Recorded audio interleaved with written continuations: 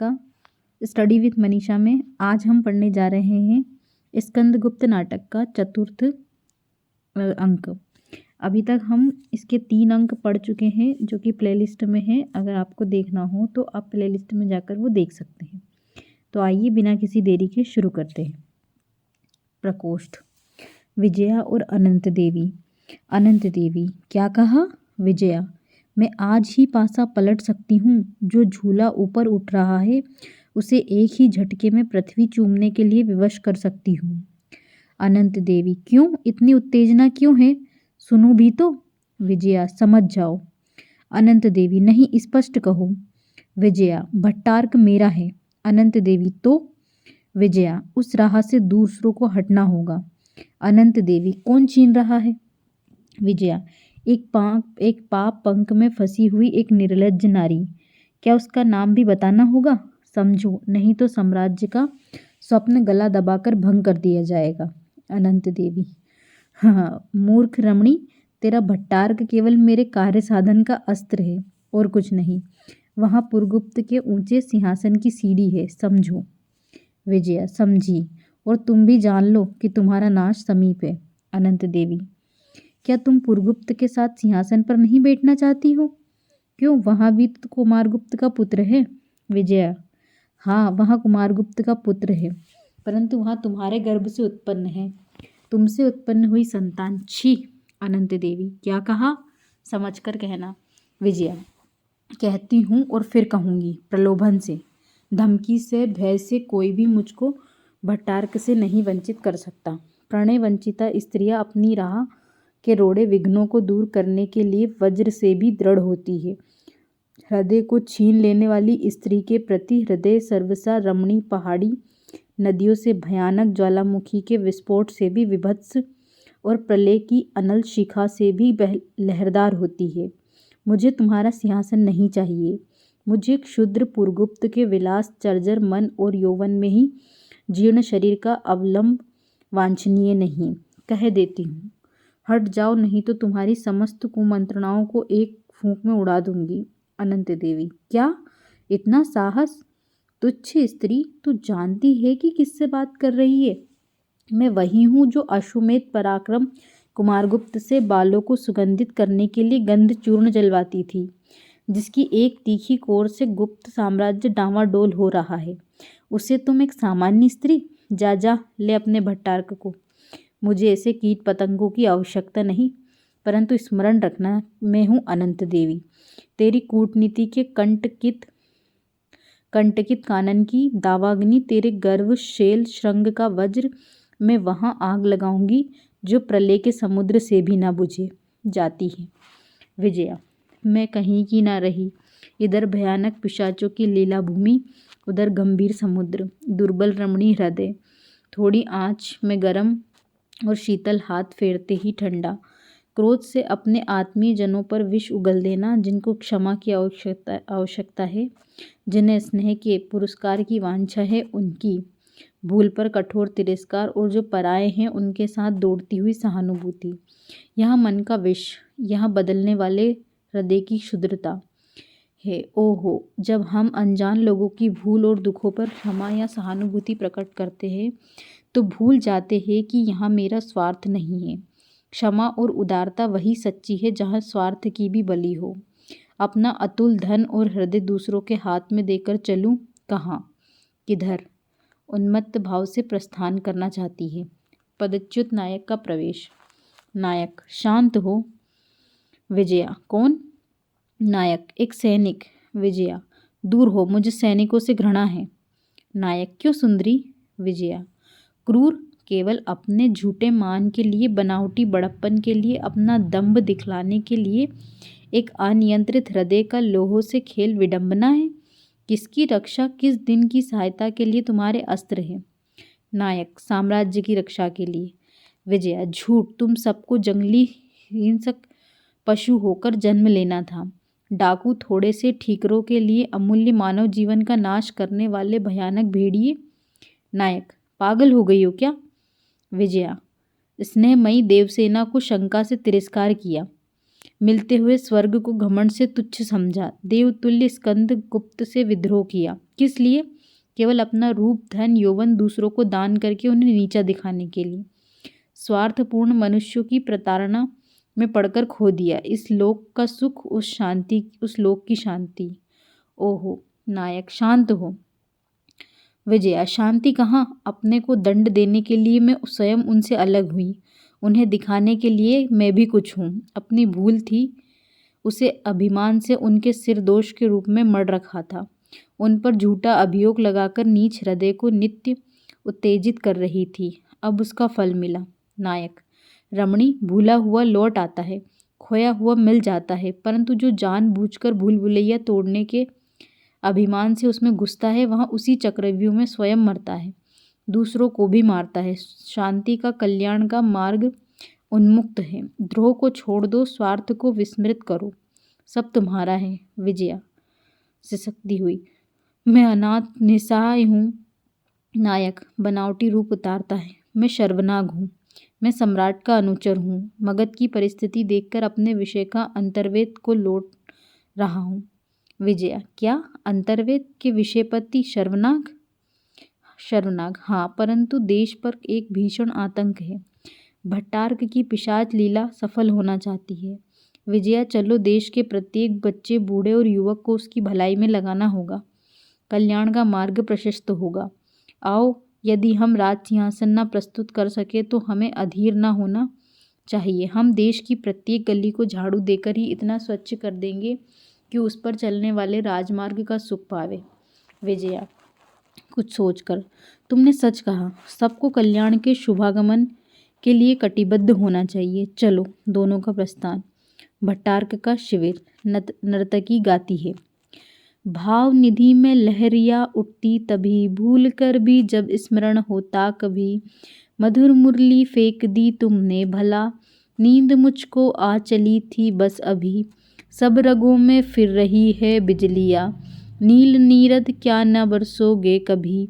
एक झोंका और मलयानिन आहा, शूद्र कलिका है खिली जाती अभी। कौन मर कर जिएगा इस तरह, यहाँ समस्या हल न होगी क्या कभी। कमला और देवकी का प्रवेश। देवकी, भट्टार्क, कहाँ है मेरा सर्वस्व? बता दे, मेरे आनंद का उत्सव, मेरी आशा का सहारा कहाँ है? भट्टार्क, कौन? कमला, कृतघ्न नहीं देखता है? यह वही देवी है जिन्होंने तेरे नारकी अपराध को क्षमा किया था, जिन्होंने तुझ जैसे घिनौने कीड़े को भी मरने से बचाया था। वही देव प्रतिमा महादेवी देवकी। भट्टार्क, पहचान कर, कौन? मेरी माँ कमला। तू कह सकता है, परंतु मुझे तुझको पुत्र कहने में संकोच होता है। लज्जा से गड़ी जा रही हूँ। जिस जननी की संतान, जिसका अभागा पुत्र ऐसा देशद्रोही हो, उसको क्या मुंह दिखाना चाहिए? आहा भट्टार्क। भट्टार्क, राजमाता और मेरी माता। देवकी, बता भट्टार्क, वहाँ आर्यव्रत का रत्न कहाँ है? देश को बिना दाम का सेवक, वहाँ जनसाधारण के हृदय का स्वामी कहाँ है? उससे शत्रुता करते हुए तुझे। कमला, बोल दे भट्टार्क। भट्टार्क, क्या कहूँ? कुबा की शुद्ध लहरों से पूछो, हिमवान की गल जाने वाली बर्फों से पूछो कि वहाँ कहाँ है। मैं नहीं। देवकी, आहा, गया मेरा स्कंद, मेरा प्राण, गिरती है मृत्यु। कमला उसे संभालती हुई, देख पिशाच, एक बार अपनी विजय पर प्रसन्नता से खिलखिला ले। नीच पुण्य प्रतिमा को, स्त्रियों की गरिमा को धूल में लौटता हुआ देखकर एक बार हृदय खोलकर हंस ले। हाँ देवी। भट्टार्क, क्या? कमला, इस यंत्रणा और प्रताड़ना से भरे हुए संसार की पिशाच भूमि को छोड़कर अक्षय लोक हो गई और तू जीता रहा। सुखी घरों में आग लगाने, हाहाकार मचाने और देश को अनाथ बनाकर उसकी दुर्दशा कराने के लिए नरक के कीड़े तू जीता रहा। भट्टार्क, माँ अधिक न कहो, साम्राज्य के विरुद्ध कोई अपराध करने का मेरा उद्देश्य नहीं था। केवल पुरगुप्त को सिंहासन पर बिठाने की प्रतिज्ञा से प्रेरित होकर मैंने यह किया। स्कंदगुप्त ना सही, पुरगुप्त सम्राट होगा। कमला, अरे मूर्ख, अपनी तुच्छ बुद्धि को सत्य मानकर उसके दर्प में भूलकर मनुष्य कितना बड़ा अपराध कर सकता है।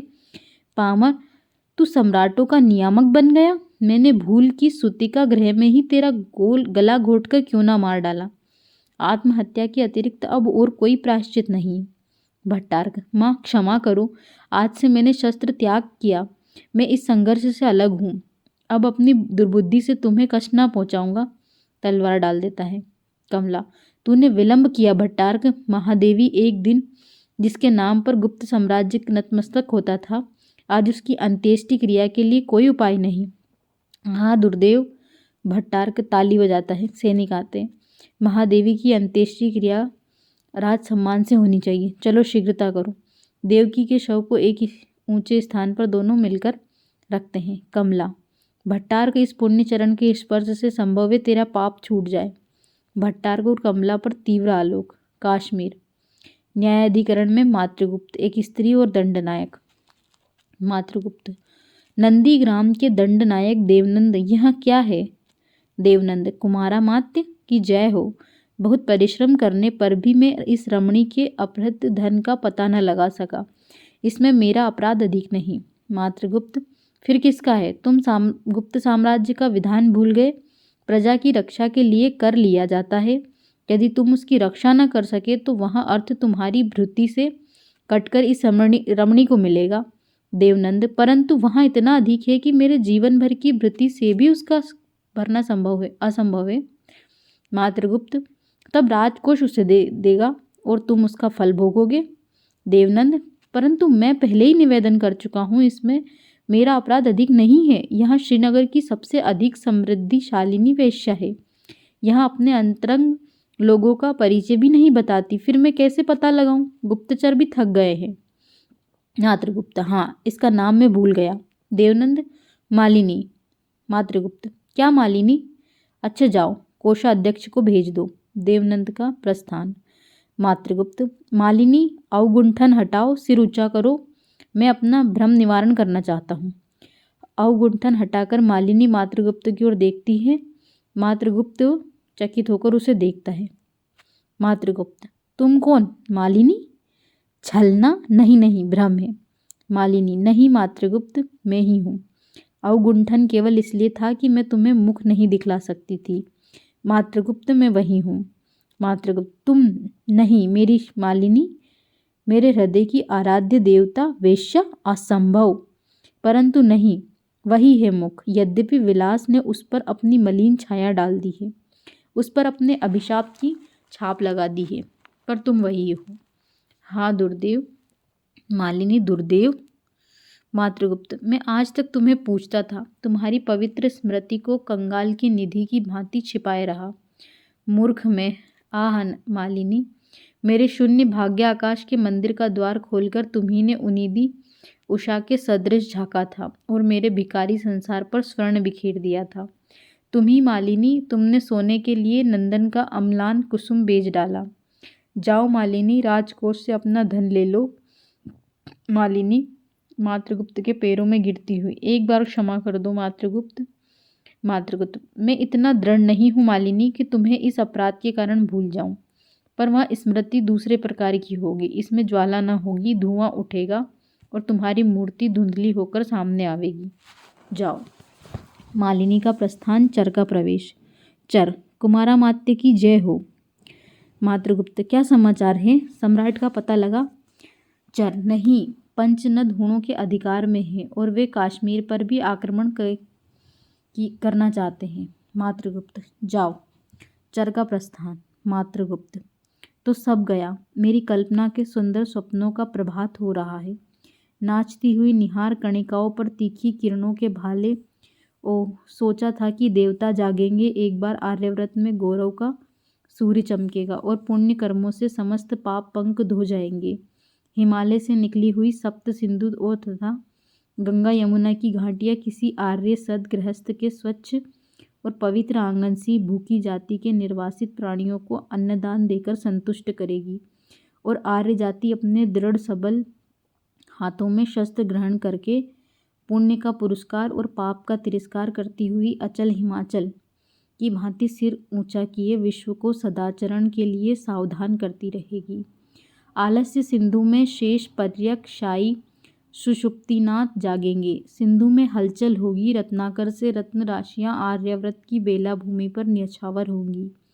उद्बोधन के गीत गाए हृदय के उद्वार सुनाए जाएंगे, परंतु पासा पलटकर भी ना पलटा। प्रवीर उदार हृदय स्कंदगुप्त कहाँ है? तब कश्मीर तुझसे विदा। प्रस्थान। नगर प्रांत में पथ। धातुसेन और प्रख्यात कीर्ति। प्रख्यात। प्रिय वयस्य, आज तुम्हें आए 3 दिन हुए। क्या सिहल का राज्य तुम्हें भारत पर्यटन के सामने तुच्छ प्रतीत होता है? धातुसेन, भारत समग्र विश्व का है और संपूर्ण वसुंधरा इसके प्रेम पाश में आबद्ध है। अनादिकाल से ज्ञान की मानवता की ज्योति यहाँ विकीर्ण कर रहा है। वसुंधरा का हृदय भारत किस मूर्ख को प्यारा नहीं है? तुम देखते नहीं कि विश्व का सबसे ऊंचा शृंग इसके सिरहाने और सबसे गंभीर तथा विशाल समुद्र इसके चरणों के नीचे हैं। एक से एक सुंदर दृश्य प्रकृति ने इस घर में विचित्रित कर रखा है। भारत के कल्याण के लिए मेरा सर्वस्व अर्पित है, किंतु देखता हूँ बौद्ध जनता और संघ भी साम्राज्य के विरुद्ध है। महाबोधि विहार के संघ महास्थविर ने निर्वाण लाभ किया है। उस पद के उपयुक्त भारत भर में केवल प्रख्यात कीर्ति है। तुमसे संघ की मलिनता बहुत कुछ धुल जाएगी। प्रख्यात कीर्ति, राजमित्र मुझे क्षमा कीजिए, मैं धर्म लाभ करने के लिए भिक्षु हुआ हूँ, महास्थविर बनने के लिए नहीं। धातुसेन, मित्र मैं मातृगुप्त से मिलना चाहता हूँ।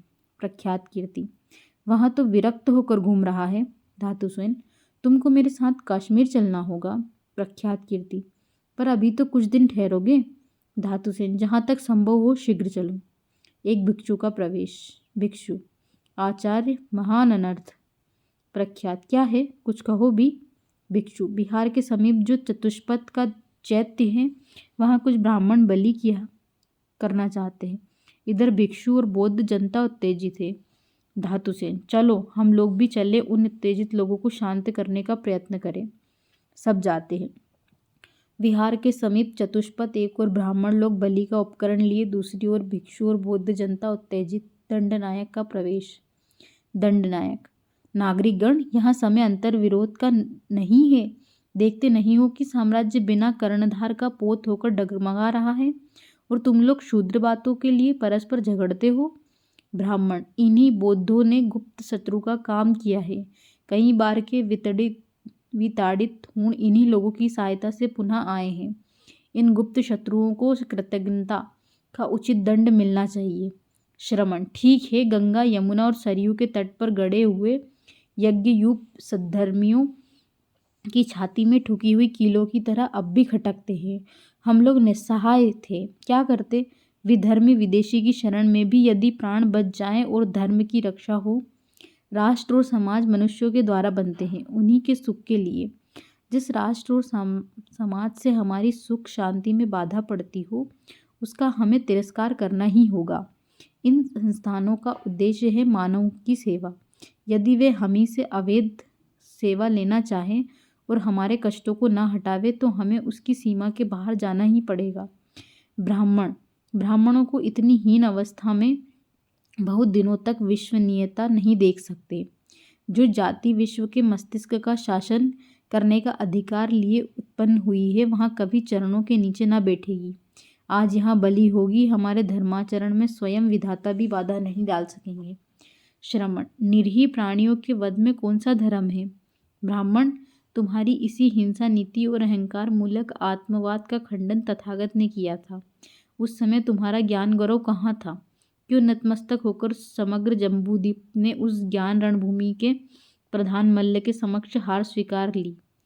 तुम हमारे धर्म पर अत्याचार किया करना चाहते हो, यहाँ नहीं हो सकेगा। इन पशुओं के बदले हमारी बलि होगी। रक्त पिपासु दुर्दांत ब्राह्मण देव, तुम्हारी पिपासा हम अपने रुधिर से शांत करेंगे। धातुसेन प्रवेश करके, अहंकार मूलक आत्मवाद का खंडन करके गौतम ने विश्वासात्मवाद को नष्ट नहीं किया। यदि वैसा करते तो इतनी करुणा की क्या आवश्यकता थी? उपनिषदों के नेति नेति से ही गौतम का अनात्मवाद पूर्ण है। यहाँ प्राचीन महर्षियों का कथित सिद्धांत मध्यमा प्रतिपदा के नाम से संसार में प्रचारित हुआ। व्यक्ति रूप में आत्मा के सदृश कुछ नहीं है। वहाँ एक सुधार था, उसके लिए रक्तपात क्यों?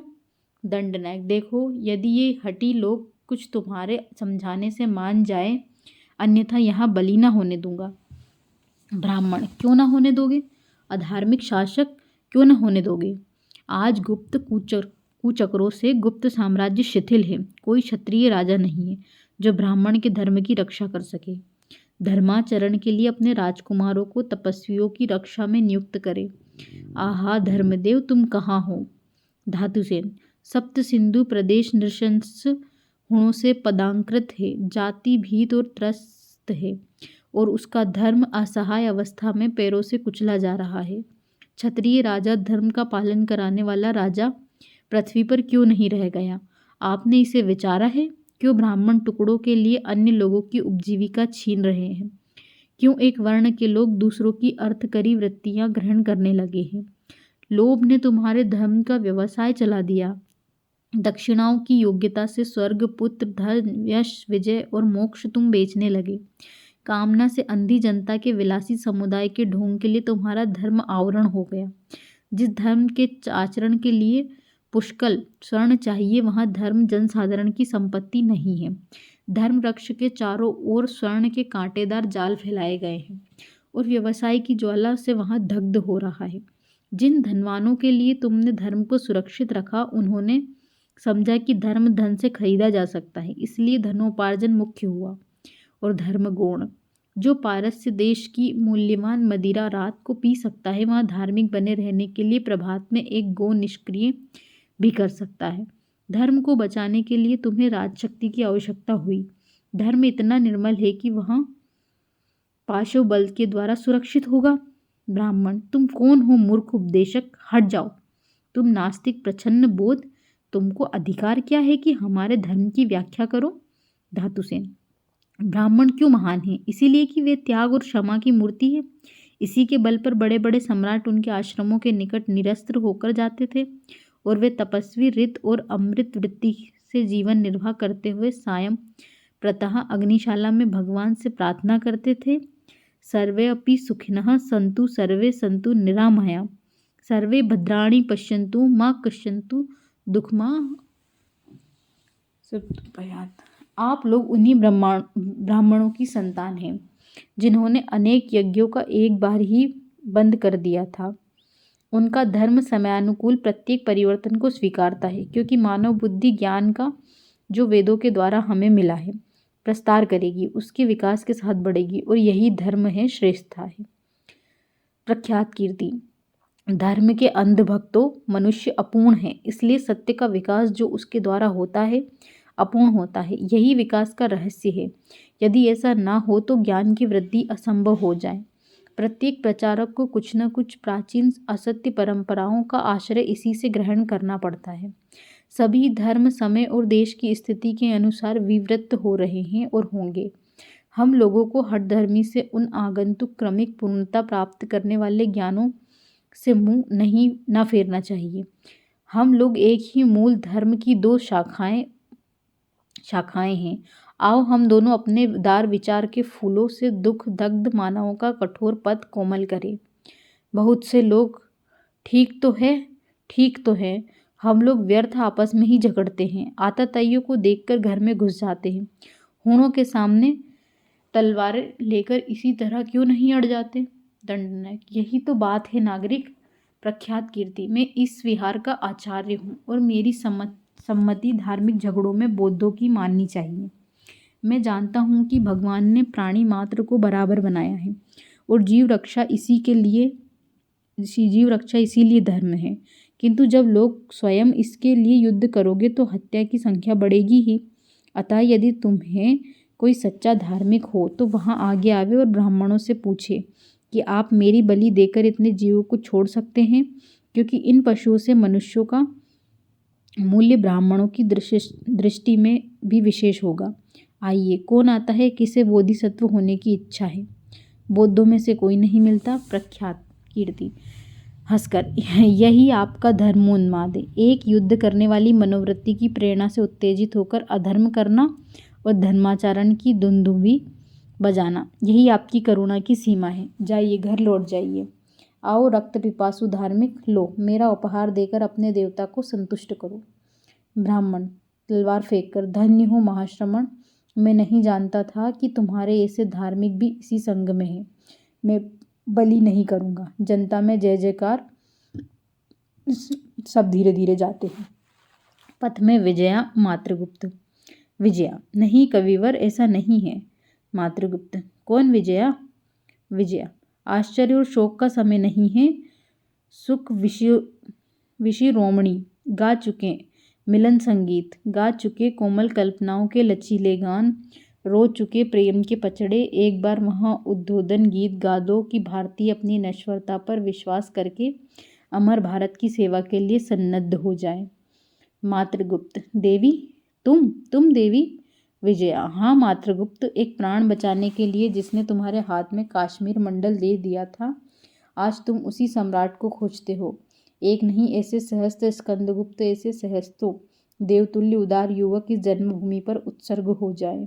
सुना दो वहाँ संगीत जिससे पहाड़ हिल जाए और समुद्र काँप कर रह जाए।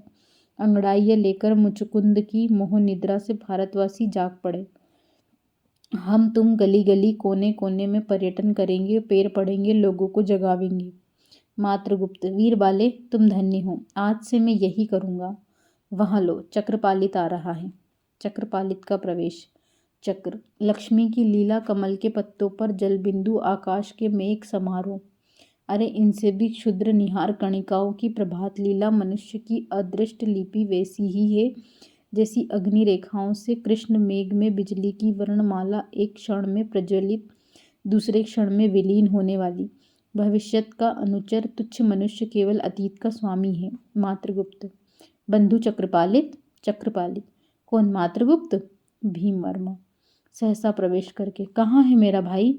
मेरे हृदय का बल, भुजाओं का तेज, वसुंधरा का श्रृंगार, वीरता का वर्णीय बंधु, मालव मुकुट आर्य बंधु वर्मा। प्रख्यात कीर्ति, श्रमण का प्रवेश। प्रख्यात कीर्ति, सब पागल लुट गए से, अनाथ और आश्रयहीन, यही तो है आर्य राष्ट्र के कुचले हुए अंकुर, भग्न साम्राज्य पोत के टूटे हुए पटरे और पतवार, ऐसे वीर हृदय, ऐसे उदार। मातृगुप्त, तुम कौन हो? प्रख्यात कीर्ति, संभवतः तुम ही मातृगुप्त हो। मातृगुप्त शंका से देखता हुआ, क्यों? अहेरी कुत्तों के समान सूंघते हुए यहाँ भी? परंतु तुम प्रख्यात, संदेह मत करो मातृगुप्त, शेषव सहचर कुमार धातुसेन की आज्ञा से मैं तुम लोगों को खोज रहा हूँ। यहाँ लो प्रमाण पत्र। मातृगुप्त, धन्य सिंहल के युवराज श्रमण, कह देना मैं आज्ञा अनुसार चलूंगा और कनिष्क चैत्य के समीप भेंट होगी। प्रख्यात कीर्ति, कल्याण हो। विजया, कहाँ चले गए हम लोग? मातृगुप्त, उसी जंगल में सब लोग जाते हैं, कमला की कुटी। विचित्र अवस्था में स्कंदगुप्त का प्रवेश। स्कंदगुप्त, बौद्धों का निर्वाण, योगियों की समाधि और पागलों की सी संपूर्ण विस्मृति मुझे एक साथ चाहिए। चेतना कहती है कि तू राजा है और उत्तर में जैसे कोई कहता है कि तू खिलौना है, उसी खिलवाड़ी वटपत्र शाही बालक के हाथों का खिलौना है। तेरा मुकुट श्रमजीवी की टोकरी से भी तुच्छ है। करुणा सहचर, जिस पर कृपा होती है उसी को दुख का अमोघ दान देते हो। नाथ, मुझे दुखों से भय नहीं, संसार के संकोचपूर्ण संकेतों की लज्जा नहीं। वैभव की जितनी कड़ियाँ टूटती है उतना ही मनुष्य बंधनों से छूटता है और तुम्हारी ओर अग्रसर होता है। परंतु यहाँ ठीकरा इसी सिर पर फूटने को था। आर्य साम्राज्य का नाश इन्हीं आंखों को देखना था। हृदय कांप उठता है, देशाभिमान गरजने लगता है। मेरा स्वत्व न हो, मुझे अधिकार की आवश्यकता नहीं। यह नीति और सदाचारों का महान आश्रय वृक्ष गुप्त साम्राज्य हरा भरा रहे और कोई भी इसका उपयुक्त रक्षक हो। ओह, जाने दो, गया सब गया, मन बहलाने क्यों कोई वस्तु न रही। कर्तव्य विस्मृत, भविष्य अंधकार पूर्ण, लक्ष्यहीन दौड़ और अनंत सागर का संतरण है। बजा दो वेणु मनमोहन, बजा दो, हमारे सुप्त जीवन को जगा दो। विमल स्वतंत्र का वस मंत्र को हमें सब भीति धंधन से छुड़ा दो। सहारा उन अंगुलियों का मिले हाँ, रसीले राग में मन को मिला दो। तुम ही सत हो, इसी को चेतना हो, इसे आनंद में जीवन बना दो। प्रार्थना में झुकता है उन्मत्त भाव से शर्वनाक का प्रवेश। शर्वनाक, छीन लिया, गोद से छीन लिया। सोने के लोभ से मेरे लालों को शूल पर के मांस की तरह सेकने लगे, जिन पर विश्व भर का भंडार लुटाने को मैं प्रस्तुत था, उन्हीं गुदड़ी के लालों को राक्षसों ने, हूणों ने, लुटेरों ने लूट लिया। किसने आहों को सुना? भगवान ने? नहीं, उस निष्ठुर ने नहीं सुना, देखते हुए भी ना देखा। आते थे कभी एक पुकार पर दौड़ते थे, कभी आधी आह पर अवतार लेते थे, कभी आर्यों की दुर्दशा से दुखी होकर अब नहीं। देश के हरे कानन चिंता बन रहे हैं, धधकती हुई नाश की प्रचंड ज्वाला दिग्धा कर रही है। अपने ज्वालामुखियों को बर्फ की मोटी चादर से छिपाए हिमालय मौन है, पिघलकर क्यों नहीं समुद्र से जा मिलता। अरे जड़ मूक बधिर प्रकृति के टीले, उन्मत्त भाव से प्रस्थान। स्कंद कौन है? यहाँ शर्वनाग है क्या? क्या अंतर्वेद भी हुणों से पादाक्रांत हुआ? अरे आर्यव्रत के दुर्देव बिजली के अक्षरों से क्या भविष्यत लिख रहा है? भगवान, यहाँ अर्धोन्मत्त शर्व आर्य साम्राज्य की हत्या का कैसा भयानक दृश्य है, कितना विभत्स है। सिंहों की विहार स्थली में श्रृंगार वृंद सड़ी लोथ नोच रहे हैं। पगली रामा का प्रवेश। स्कंद को देखकर, रामा, लुटेरा है तू भी, क्या लेगा मेरी सूखी हड्डियां? तेरे दांतों से टूटेगी, देखते। हाथ चढ़ाती है। स्कंद को, कौन? रामा? रामा, मैं रामा हूँ, हाँ, जिसकी संतान को हूणों ने पीस डाला। ठहर कर, मेरी संतान? मेरी इन अभागों की सी वे नहीं थी। वे तो तलवार की बारीक धार पर पैर फैलाकर सोना जानती थी, धधकती हुई ज्वाला में हंसते हुए कूद पड़ती थी। तुम देखती हुई, लुटेरे भी नहीं हूँ, कायर भी नहीं, अकर्मण्य बातों में भुलाने वाले तुम कौन हो? देखा था एक दिन, वही तो है जिसने अपनी प्रचंड हुंकार से दस्युओं को कपा दिया था, ठोकर मारकर सोई हुई अकर्मण्य जनता को जगा दिया था, जिसके नाम से रोए खड़े हो जाते थे, भुजाएं फड़कने लगती थी। वही स्कंद, रमणियों का रक्षक, बालकों का विश्वास, वृद्धों का आश्रय और आर्यव्रत की छत्र छाया। नहीं, भ्रम हुआ। तुम निष्प्रभ निस्तेज, उसी के मलिन चित्र से तुम कौन हो? स्कंद बैठकर, आहा, मैं वही स्कंद हूँ, अकेला निस्सहाय। कमला, कौन कहता है तुम अकेले हो? समग्र संसार तुम्हारे साथ है। स्वानुभूति को जागृत करो। यदि भविष्यत से डरते हो कि तुम्हारा पतन ही समीप है, तो तुम उस अनिवार्य स्रोत से लड़ जाओ। तुम्हारे प्रचंड और विश्वासपूर्ण पदाघात से विंध्य के समान कोई शैल उठ खड़ा होगा, जो उस विघ्न स्रोत को लौटा देगा। राम और कृष्ण के समान क्या तुम भी अवतार नहीं हो सकते? समझ लो, जो अपने कर्मों को ईश्वर का कर्म समझकर करता है, वही ईश्वर का अवतार है। उठो स्कंद, आसुरी वृत्तियों का नाश करो। सोने वाले को जगाओ और रोने वाले को हंसाओ। आर्यावर्त तुम्हारे साथ होगा और आर्य पताका के नीचे समग्र विश्व होगा। वीर। स्कंद, कौन? तुम भट्टार्क की जननी? नेपथ्य से क्रंदन। बचाओ बचाओ का शब्द। स्कंद, कौन? देवसेना का शब्द। मेरा खड्ग कहाँ है? जाता है। देवसेना का पीछा करते करते हुए हूण का प्रवेश। देवसेना, भीम भाई, मुझे इस अत्याचारी से बचाओ। कहाँ गए? हूण, कौन तुझे बचाता है? पकड़ना चाहता है। देवसेना छुरी निकालकर आत्महत्या करना चाहती है। पर्णदत्त सहसा एक ओर से आकर एक हाथ से हूण की गर्दन, दूसरे हाथ से देवसेना की छुरी पकड़ता है। हूण, क्षमा करो पर्णदत्त, अत्याचारी, जा, तुझे छोड़ देता हूँ। आ बेटी, हम लोग चले महादेवी की समाधि पर। कमला, कहाँ? वहीं कनिष्क के स्तूप के पास। देवसेना, हाँ, कौन? कमला देवी? हाँ, वही अभागिनी। देवसेना, अच्छा, जाती हूँ, फिर मिलूंगी। पर्णदत्त के साथ देवसेना का प्रवेश। स्कंद का प्रवेश। कोई नहीं मिला। कहाँ से वहाँ पुकार आई थी। मेरा हृदय व्याकुल हो उठा था। सच्चे मित्र बरदुवर्मा की धरोहर हो। कमला, वहाँ सुरक्षित है, घबराइए नहीं। कनिष्क के स्तूप के पास आपकी माता की समाधि है, वहीं पर पहुँचा दी गई है। स्कंद, माँ, मेरी जननी, तू भी ना रही। मूर्छित होता है। कमला उसे कुटी में ले जाती है। पटाक्षेप। तो ये हमारा चौथा अंक पूरा हुआ। अगले वीडियो में हम मिलेंगे स्कंदगुप्त के 5वें अंक के साथ। तब तक पढ़ते रहिए, स्वस्थ रहिए। मिलते हैं एक नई वीडियो के साथ।